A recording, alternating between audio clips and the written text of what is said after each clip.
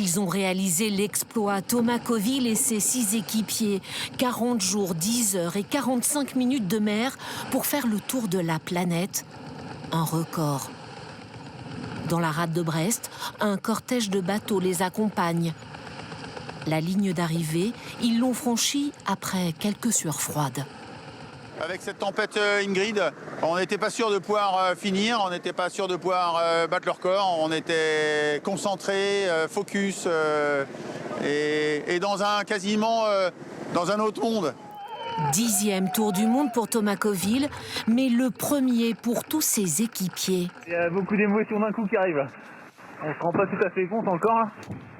Et de faire le tour du monde comme ça, battre ce record du trophée Jules Verne sur ces 2 Ultime 3, il va falloir réaliser. Mais...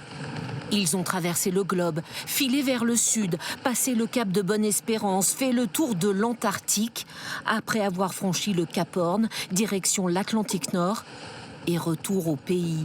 12 heures de moins que le précédent record de Francis Joyon en 2017.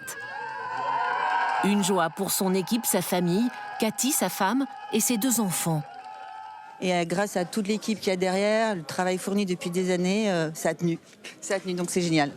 D'ici quelques minutes, Thomas Coville devrait poser le pied à terre, attendu sous la pluie par le public, venu saluer l'exploit. On est impressionnés, on vient les féliciter. C'est une belle image, le tour du monde comme ça, à la voile. Pour les enfants, on trouve que c'est bien. Le skipper de 57 ans rêvait secrètement de passer sous la barre des 40 jours. La météo ne lui a pas donné cette chance. Un bon prétexte peut-être pour retenter le défi.